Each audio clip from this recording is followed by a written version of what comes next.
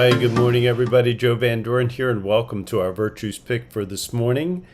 And we're so happy to be here. We have a great word, and I always wonder, why does this word come up for me today?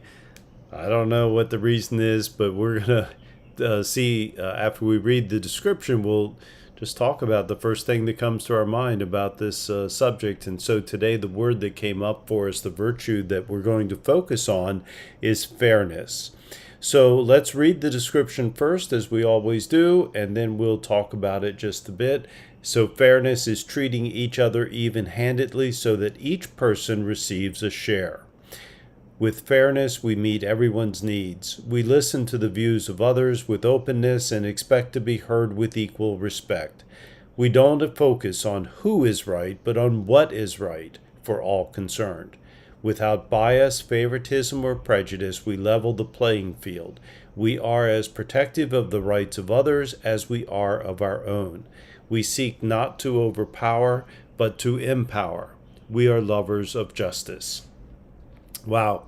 So what a great word, and one that I think, in the world that we're living in today, we can look around and we can see so many situations that do not seem fair.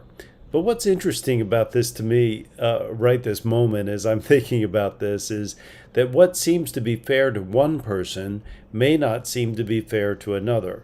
And this is a situation where we really do need to listen to the views of others with openness and also expect to be heard with equal respect. And that's a direct quote out of the description. And so, our ability, we cannot expect to be heard if we are not also open to listening. We cannot expect to think that we are right and there is no other viewpoint on this that is anywhere near being correct without causing more discord in our relationships with other people, especially those in the community.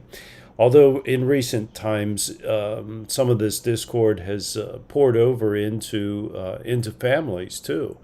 Where certain family members aren't speaking to others because they have a different point of view on what is fair or what's right, and so there's a lot of bias there, and so as we look to, I hate to use the word perfect, but as we look to develop the virtues inside of ourselves, our issue that we're working with is not trying to make everyone else right, but to find, our own truth, to find what is right for us, and not to try to overpower others with our viewpoint, but rather to be open and to empower them to finding, how they're going to show, develop, and demonstrate the virtues in their own life.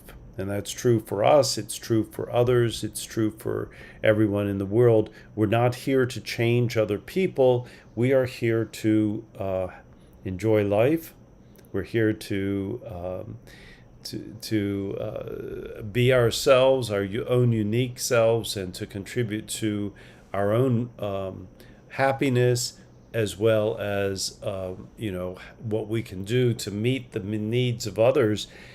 Not with the idea of pleasing them and making our love or their love for us conditional, but rather recognizing and appreciating the value that each person has. And that is probably the greatest fairness, isn't it? The greatest fairness is when we appreciate that all of us are equally valuable, that all of us are equally deserve to be honored for who we are, and to have the dignity, respect, the courtesy, all of these things shown towards us.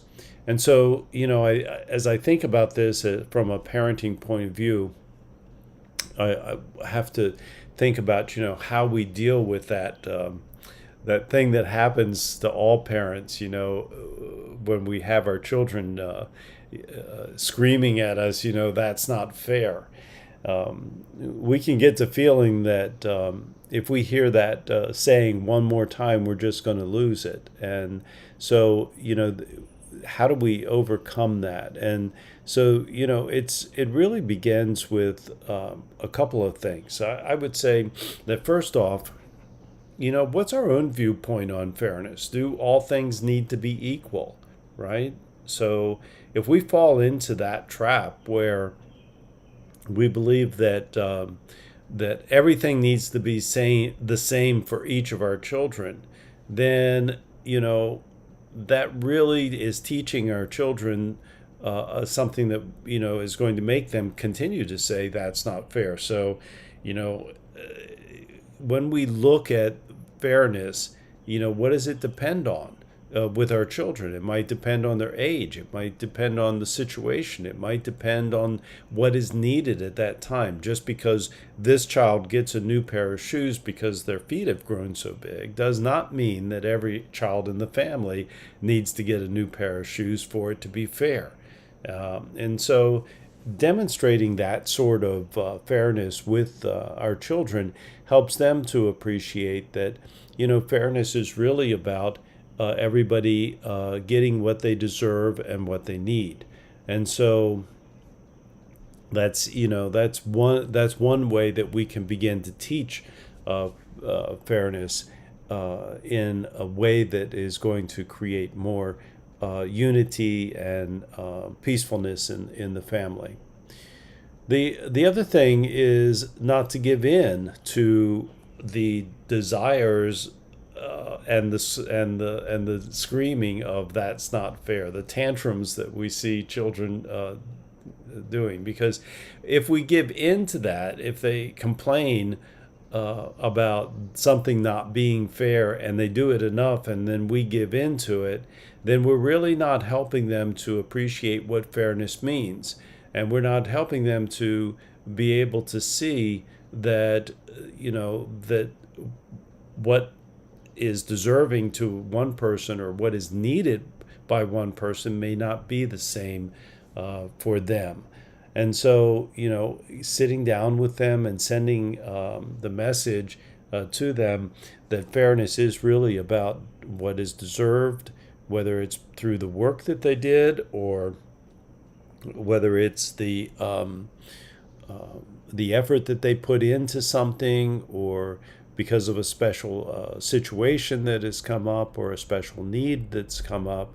Helping them to appreciate that perspective is a part of how we can teach fairness to our children. So we're not trying to make the kids upset, but we do want them to understand that being fair doesn't mean that everything is exactly the same for everyone. So those are just a couple of thoughts about teaching fairness, and certainly, as we help our children as they go through life and they learn about fairness, then they're going to be able to respect themselves and what their needs are, as well as respect the needs of others. And so those are my thoughts today about fairness. It looks like today's another one of those bad internet days, and we're dropping a lot of frames. But hopefully, this is something a message of fairness that we can focus on today with ourselves and with our children. So, thank you very much for being here. I look forward to seeing everyone tomorrow. And until next time, keep practicing all of the virtues and the 4 C's of successful families, and that is clarity, communication, consistency, and community. Until next time.